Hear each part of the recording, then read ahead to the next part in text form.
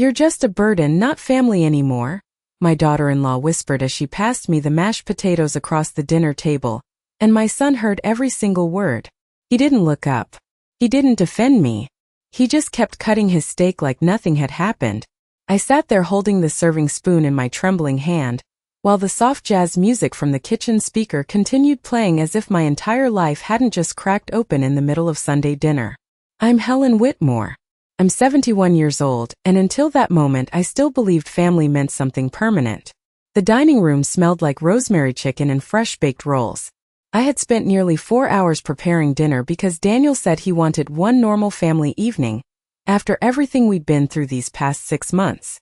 6 months since my husband George passed away quietly in his sleep upstairs while rain tapped against our bedroom windows. 38 years of marriage ended in one cold November morning. Since then this house had felt too large, too quiet, but I still tried. I still polished the silverware every Sunday, still folded cloth napkins the way George liked, still lit the small cream-colored candles in the center of the table, because I thought traditions were the only thing keeping families together anymore. Vanessa sat across from me wearing a soft beige sweater that probably cost more than my monthly grocery bill. Her blonde hair was perfectly styled, not a strand out of place. She smiled at their daughter Emma while helping her cut pieces of chicken into tiny bites. Anyone looking at her would have seen a caring mother, polished wife. But I had started noticing the little things after George died. The way she stopped calling this place your home and started calling it the property. The way she whispered with Daniel in the kitchen whenever she thought I was upstairs asleep. The way conversations suddenly stopped whenever I entered a room. "Mom, can you pass the gravy?" Daniel finally asked without looking directly at me. His voice sounded tired lately, distant, like someone carrying a weight he didn't want to admit existed. I slid the gravy boat toward him carefully. My fingers ached from arthritis, especially during cold weather, but I ignored it the same way I ignored most things these days. Emma looked up at me from across the table with her big blue eyes.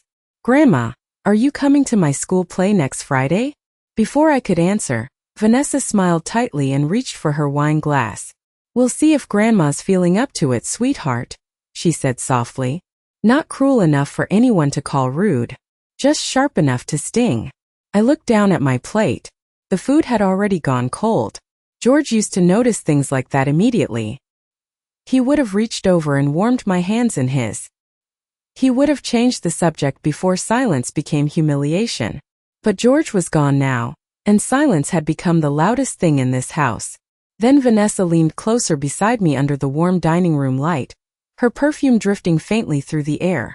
"Daniel and I have been discussing the future," she whispered quietly enough that only I could hear. "This arrangement can't last forever." I felt my chest tighten. My fork rested untouched against the china plate. Across the table, Daniel finally glanced at me for half a second before quickly looking away again. And somehow that hurt even more than her words. That night I stayed awake long after everyone else went upstairs. The house made small sounds I had never noticed before. The hum of the refrigerator, the ticking clock above the stove, the pipes groaning softly behind the walls. George used to say old houses breathed at night. Back then the sounds comforted me. Now they only reminded me how alone I had become inside my own home. I sat at the kitchen table with a cup of chamomile tea growing cold between my hands while the dishwasher ran quietly in the background. Vanessa had gone upstairs an hour earlier without helping clean the table. She rarely did anymore. Daniel used to notice things like that. Years ago he would have stayed behind beside me drying dishes with a towel over his shoulder, while telling me stories about work.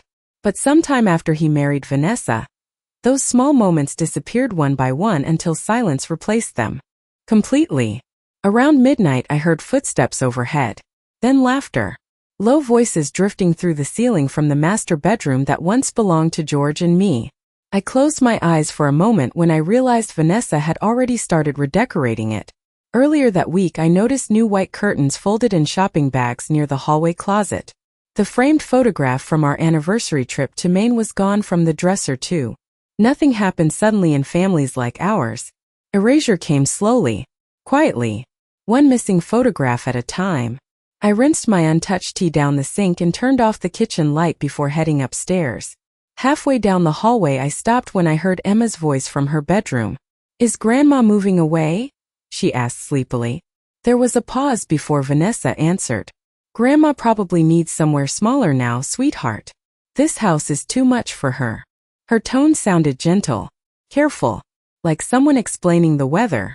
I stood frozen in the dark hallway staring at the hardwood floor beneath my feet. George and I picked out those floors together 22 years ago after saving for months during Daniel's college years. We spent an entire weekend installing them ourselves because we could not afford contractors back then. George measured every plank twice before cutting it. He always said home should feel solid beneath the people you love. I suddenly realized nothing beneath me felt solid anymore. The next morning sunlight spilled through the kitchen windows as I prepared breakfast out of habit. Bacon crackled softly in the pan. Coffee brewed.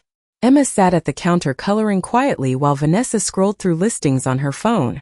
She did not even try to hide it anymore. Large houses. Oceanfront condos. Retirement communities. I noticed words like low maintenance and investment opportunity flashing across her screen. Daniel walked into the kitchen already dressed for work, loosening his tie with tired fingers. "Morning," he muttered before kissing Emma's forehead. He barely looked at me. "I made eggs," I said softly. "I am not hungry," he replied too quickly. Vanessa glanced at him before reaching for her coffee mug. "We were actually thinking about meeting with a realtor this weekend," she said casually, "just to discuss options for the future." Future. The word settled heavily inside my chest. George used to speak about the future differently. Vacations. Family barbecues. Grandchildren running through the backyard in summer. Not escape plans. Not property values. Emma suddenly looked up from her coloring book. "Grandpa said this house stays in the family forever." The room went completely still. Vanessa forced a smile. Daniel rubbed the back of his neck without speaking. And for the first time since George died, I saw fear flicker briefly across both of their faces. For the next few days I moved carefully through the house like someone visiting a place that no longer belonged to her. I noticed everything now. Vanessa speaking in lowered tones whenever I entered the room.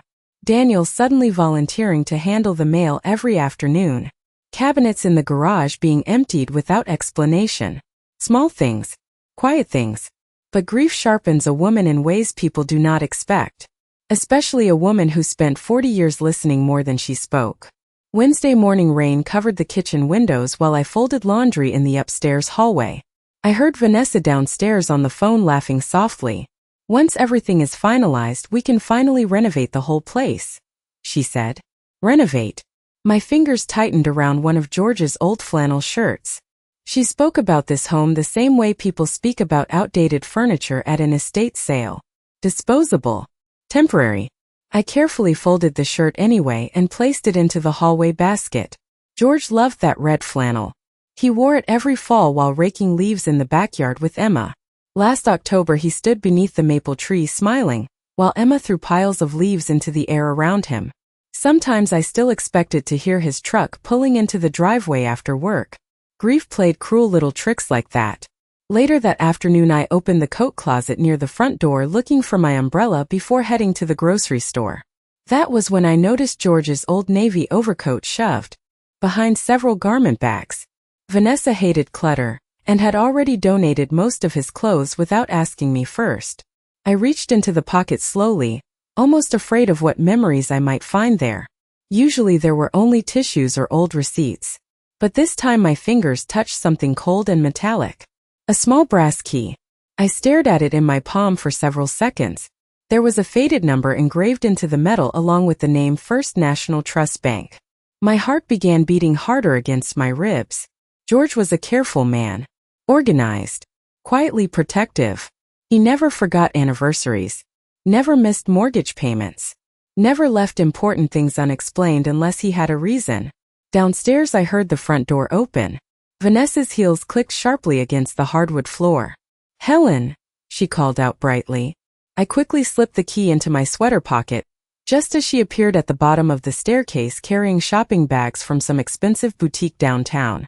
Her eyes moved briefly toward the closet before returning to me. "Oh good," she said.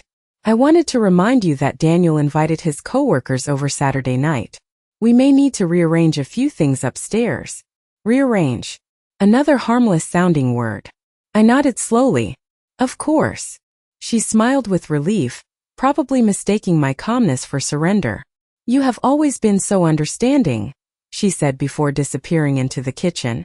I stood there listening to cabinet doors open and close downstairs while rain tapped softly against the windows.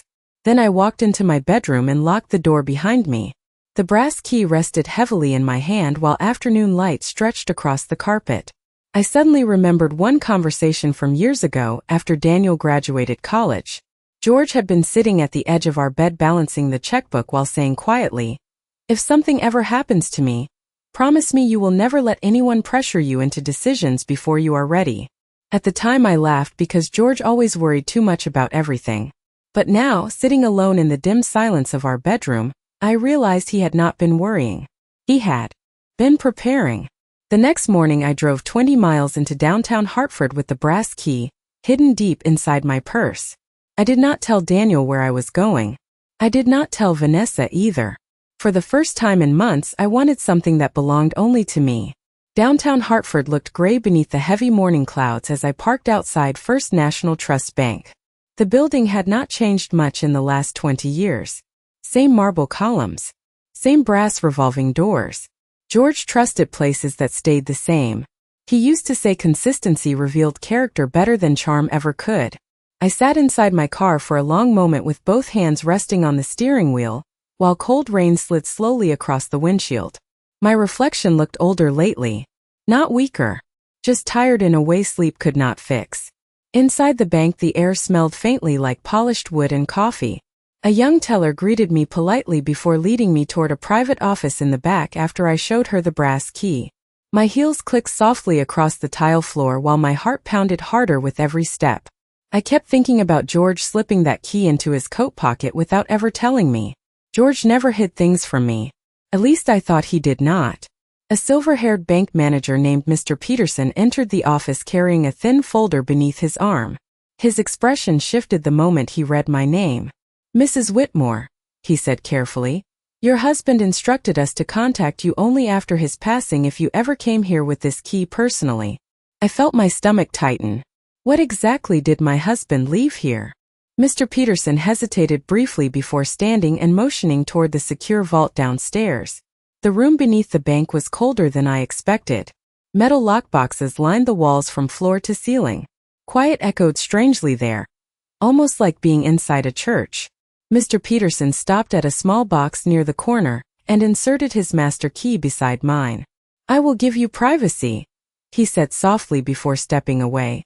For several seconds I simply stared at the box without touching it. Then I slowly opened it. Inside rested a stack of neatly organized documents tied together with a navy ribbon.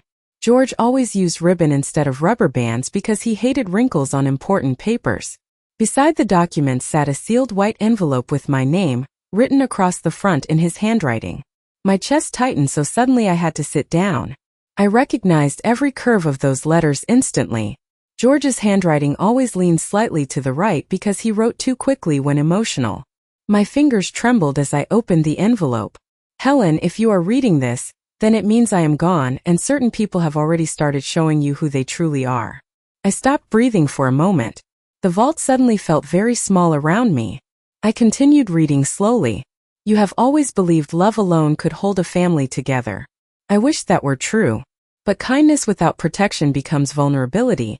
And I promised myself long ago I would never leave you defenseless." Tears blurred my vision briefly, but I forced myself to continue. The documents beneath the letter included property records, trust agreements, investment accounts, and legal paperwork bearing both George's signature and the signature of attorney Robert Hale. Most of the assets were already transferred into a protected family trust solely under my authority. But one page near the bottom made my pulse race faster than before. It contained a specific clause George had added only 8 months earlier. Any beneficiary found attempting coercion, intimidation, or removal of Helen Whitmore from the primary residence following my death shall immediately forfeit all inheritance rights connected to the Whitmore family trust. I read the sentence 3 times, then a fourth. Suddenly every strange conversation in the house replayed differently inside my mind. Vanessa discussing retirement communities, Daniel avoiding eye contact, the realtor comments, the whispers, the pressure disguised as concern. George knew. Somehow my husband saw this coming before I ever did. At the very bottom of the letter, beneath his signature, George had written one final sentence in darker ink. Helen, do not mistake silence for weakness, especially your own. When I returned home that afternoon, Vanessa was sitting at the kitchen island flipping through fabric samples spread across the marble countertop. Cream linen, pale gray velvet, expensive materials for rooms that still smelled faintly like George's aftershave. She looked up when she heard my keys near the front door. "How was your day?" she asked casually, though I noticed her eyes quickly studying my face for clues. I removed my coat slowly and hung it beside the doorway. "Quiet," I answered. It was the truth in more ways than one. She smiled politely before returning to her samples. "I was thinking the upstairs guest room could become Emma's study space eventually," she said. "Children need structure as they grow." I nodded once. "That sounds nice." For a brief second, confusion crossed her face.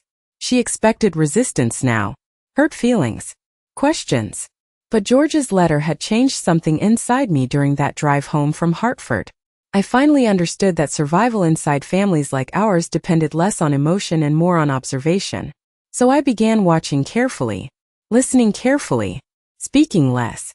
That evening Daniel arrived home carrying takeout containers from the Italian restaurant near his office. 6 months ago he would have brought me my favorite eggplant parmesan without asking. Tonight he handed Vanessa her order first before placing mine silently beside the stove. Small things revealed people eventually. During dinner I noticed Vanessa glancing toward me several times as if waiting for me to mention the bank or George or the future. I said nothing. Emma chatted happily about school while rain tapped softly against the windows again. The weather had stayed gray for nearly a week now. "Dad says we might redo the backyard this summer," Emma said excitedly while twirling spaghetti around her fork. Vanessa smiled. "Maybe even add a pool eventually." Daniel looked exhausted. "We are only discussing possibilities," he muttered. I quietly folded my napkin beside my plate. "We." The word sounded different lately. Smaller. Closed. Like a room without space for me anymore. Later that night I carried a basket of clean towels upstairs and paused outside the home office near the end of the hallway. The door was cracked open slightly. Voices drifted softly through the gap. "We cannot keep waiting forever," Vanessa whispered sharply. "If she refuses to leave voluntarily, this becomes much harder." Daniel sighed heavily. "Lower your voice." "I am serious, Daniel. The taxes alone on this property are insane. And if the market shifts again, we lose leverage." I stood perfectly still in the dark hallway while my pulse remained strangely calm. George had prepared me better than they realized. "She is grieving," Daniel said quietly. "She is also 71, Vanessa replied. "How much longer do you honestly think she can manage this place?" There was a long silence after that. Then Daniel spoke again, softer this time. "I just do not want this turning ugly." Vanessa laughed under her breath. "That depends entirely on her." I walked away before they could hear the floor creak beneath my feet. Inside my bedroom I sat carefully at George's old oak desk and opened the folder from the bank again. The trust documents remained exactly where I left them beneath his handwritten letter. Beside them rested the business card for attorney Robert Hale.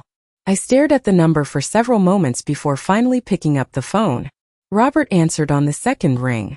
His voice sounded older than I remembered. "Mrs. Whitmore," he said gently after I introduced myself. "I wondered when you might call." Outside the bedroom window the backyard sat dark beneath steady rain. The maple tree George planted 20 years ago swayed quietly in the wind while warm light glowed from the kitchen downstairs where Vanessa laughed at something on television. I listened to that laughter carefully. Then I lowered my voice and asked Robert the question I had been carrying home from Hartford all afternoon. Exactly how much did my husband know before he died? Robert Hale invited me to his office the following afternoon. His building overlooked Bushnell Park, where bare trees stretched across the gray February skyline like dark veins against the clouds. George and I used to walk there on Sundays after church when Daniel was little. Back then life felt simple enough to trust completely. Robert greeted me quietly and closed the office door behind us before motioning toward a leather chair near the window. His office smelled faintly of coffee and old paper. Familiar smells. Serious smells. George respected serious people. "Your husband came to see me almost a year ago," Robert began carefully while adjusting his glasses. "At first he only wanted to update the estate plan after his health concerns started." I sat silently with both hands folded in my lap. "Then what changed?"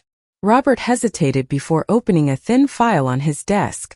"George became concerned after several conversations with Daniel about the house." My chest tightened slightly. "Concerned how?" Robert leaned back slowly. "Your husband believed certain financial pressures were influencing decisions inside the family." Outside the office window, a city bus rolled through wet streets below while pedestrians hurried beneath umbrellas. Everything beyond the glass continued normally, while my entire understanding of the last year quietly shifted beneath me. "Did George think Daniel wanted the house?" I asked softly. Robert looked directly at me then. "No," he answered. "George thought Daniel was weak." The words hurt because they were true. Daniel had once been kind in the steady, dependable way George was. But kindness without backbone eventually bends beneath stronger personalities.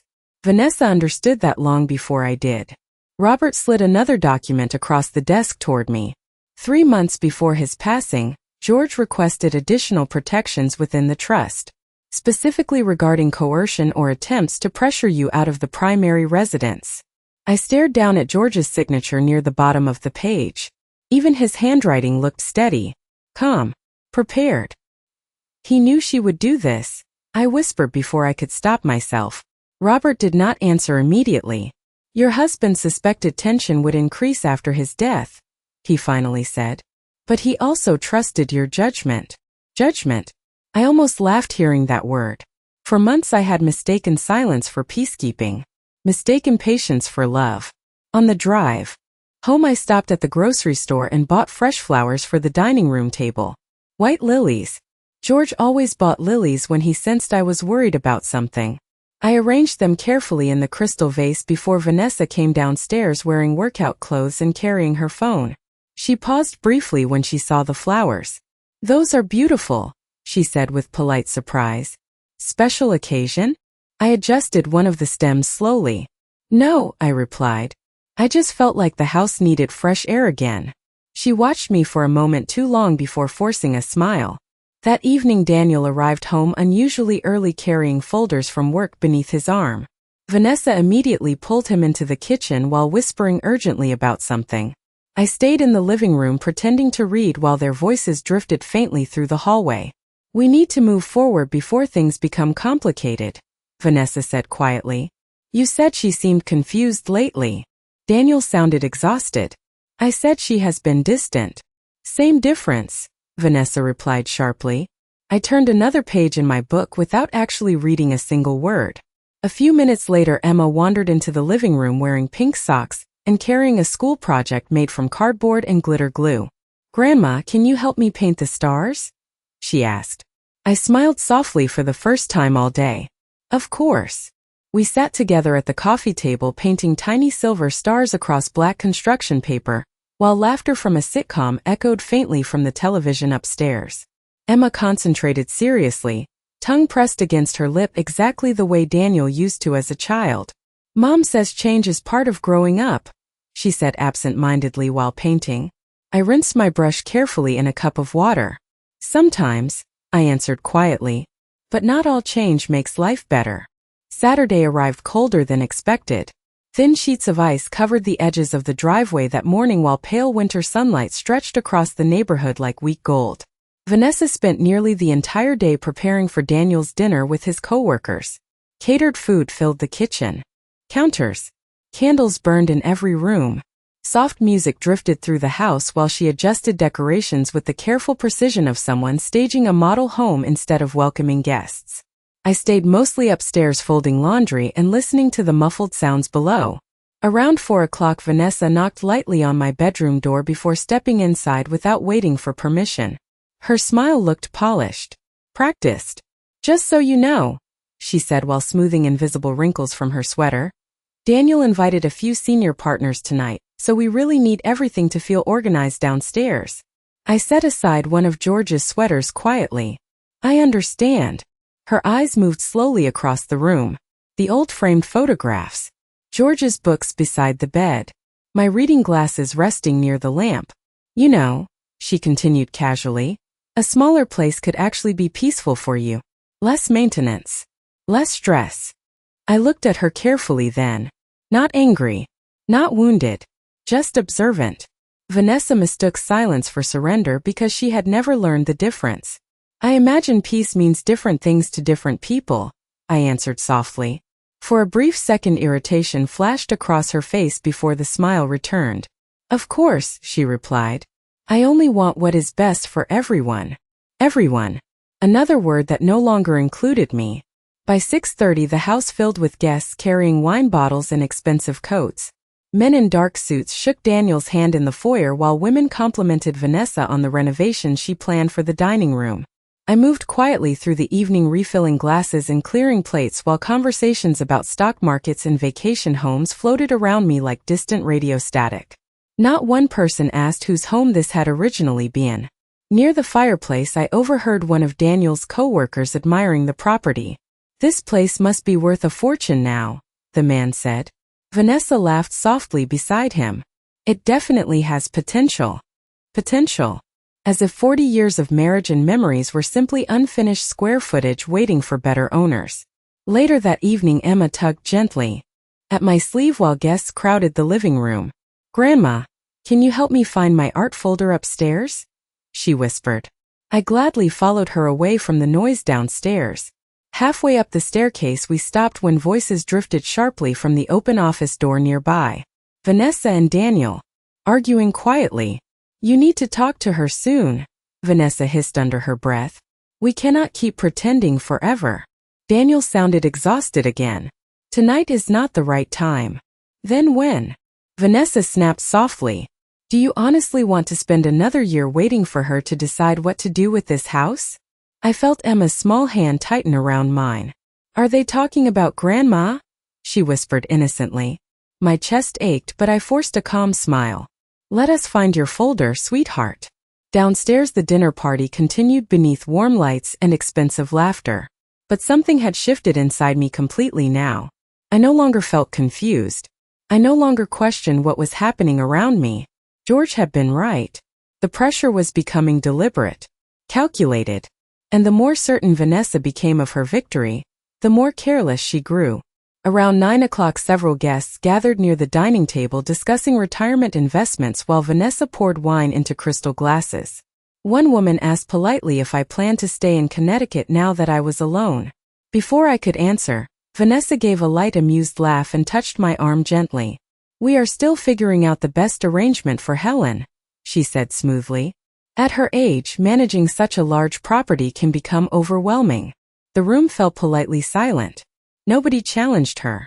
Nobody looked at me directly. I stood there holding an empty serving tray while humiliation settled across my shoulders like winter snow. Then Vanessa leaned slightly closer beside me with that same pleasant smile still fixed perfectly on her face. Some people do not realize when they have become dead weight, she whispered quietly enough that only I could hear. And this time instead of pain I felt something colder. Clarity. 3 days after the dinner party, Daniel asked if we could all sit down together. Sunday evening for what he called an important family conversation. His voice sounded overly careful when he mentioned it during breakfast that morning. Vanessa stayed quiet beside him while stirring cream into her coffee, but I noticed the quick glance they exchanged across the kitchen island. They thought they were finally reaching the end of something. They did not realize they were walking directly toward the beginning instead. Sunday arrived with clear skies for the first time in weeks. Sunlight filled the dining room where George and I once hosted Thanksgiving dinners crowded with relatives and loud laughter. I remembered Daniel at age 12 sitting at the exact same table begging for extra pie, while George carved turkey near the kitchen counter. Families disappear slowly, not through one terrible moment, through hundreds of smaller ones people choose to ignore. By 6 o'clock Vanessa had arranged the dining room carefully as if preparing for a business meeting rather than a conversation about family. Folders sat neatly stacked beside Daniel's chair. pens lined perfectly beside legal pads. Even the candles remained unlit tonight. Cold practicality had replaced warmth completely. Emma stayed upstairs watching a movie while the three of us sat beneath the soft chandelier light in almost complete silence. Daniel cleared his throat first. "Mom," he began quietly, "we have been discussing what makes the most sense moving forward." I folded my hands calmly in my lap. "I assumed so." Vanessa leaned slightly forward with professional politeness. "This house has become difficult to manage," she explained smoothly. "The stairs alone are not ideal long-term." Daniel slid a folder slowly across the table toward me. "We spoke with a realtor and a financial advisor," he said. "There are some excellent senior communities near the shoreline. Places with staff and activities and medical support if needed." I looked down at the paperwork without opening it. Luxury retirement brochures smiled up at me with photographs of gray-haired couples walking beaches at sunset like actors in prescription drug commercials. "You already toured places?" I asked softly. Daniel rubbed his forehead. "Just gathering information." Vanessa exhaled patiently. "Helen, nobody is trying to hurt you. We are trying to be realistic."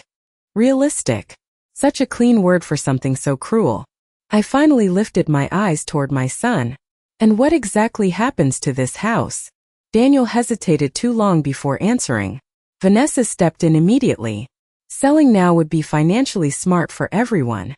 Property values are extremely high." There it was, finally spoken out loud beneath the polished language and rehearsed concern. Not grief, not caregiving, equity, investment, opportunity. I could almost hear George's voice beside me warning softly not to confuse manipulation with kindness simply because it arrived wearing a smile. Daniel pushed another document toward me. "These papers are not final," he said quickly. "But if you agree, we can start planning." I rested my fingertips lightly on the edge of the folder. Then I smiled gently. "All right," I said. Both of them blinked in visible surprise. Vanessa recovered first. "You agree?" she asked carefully. "I agree we should review everything properly," I answered calmly. Relief spread instantly across Daniel's face while Vanessa relaxed back into her chair like someone who had finally won a long, exhausting game. She reached for her wine glass and smiled for the first time all evening. "I really think this is best for everyone," she said softly. I nodded once. "Perhaps." Then I reached into my sweater pocket and removed a small white envelope before placing it neatly on the table beside the unsigned papers. Daniel frowned slightly. "What is that?" I looked directly at him. "Something your father wanted discussed before any decisions were made about this house." The room went completely silent. Outside, wind moved gently through the maple tree in the backyard, while evening sunlight faded across the windows.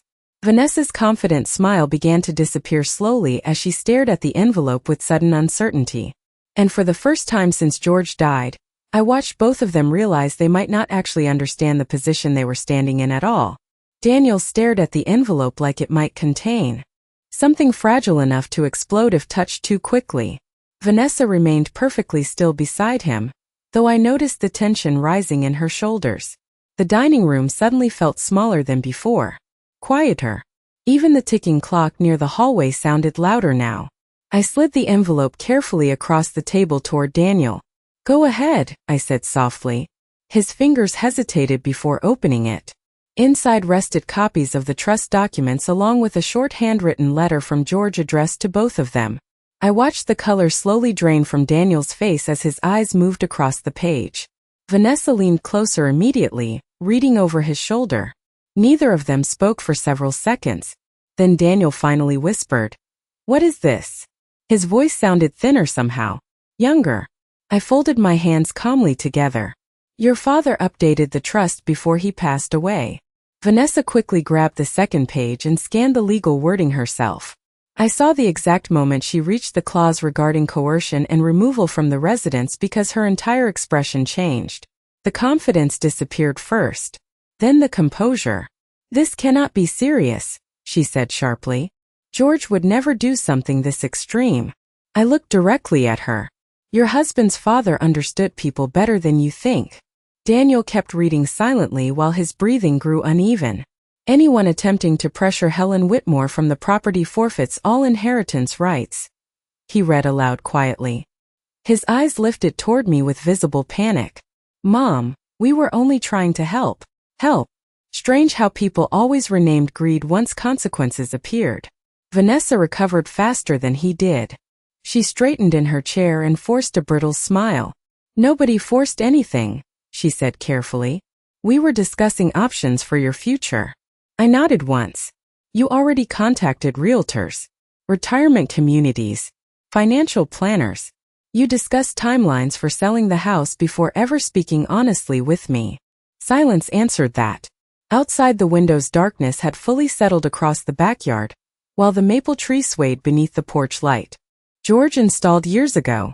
I suddenly remembered him standing on a ladder one summer afternoon insisting the backyard should always feel safe at night for family coming home late.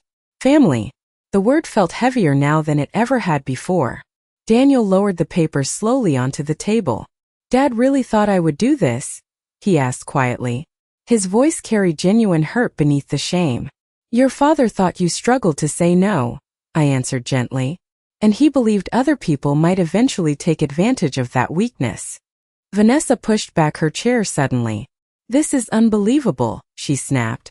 After everything we have done for you? I met her anger with calm silence. That seemed to upset her even more. You cannot honestly expect us to stay trapped in this situation forever, she continued. We have a child, a future, responsibilities. So did George and I replied softly. And we spent 40 years building this home before either of you ever walked through the front door. Daniel covered his face briefly with one hand. For the first time in months, he looked directly at me instead of through me. Mom, he whispered, why did you not tell us sooner? I thought about George's letter resting upstairs beside my bed, about the lonely nights after his funeral, about every whispered conversation and polite humiliation meant to slowly erase me from my own life. Because I needed to see who you both became once you thought I had nothing left to protect myself with. Nobody spoke after that. The silence no longer belonged to grief anymore. It belonged to truth. A few minutes later, I stood slowly from the table and gathered the untouched retirement brochures into a neat stack before placing them back inside Daniel's folder. I will not be signing anything tonight, I said calmly. Vanessa looked furious now, but beneath the anger I finally saw something else for the first time. Fear. Real fear.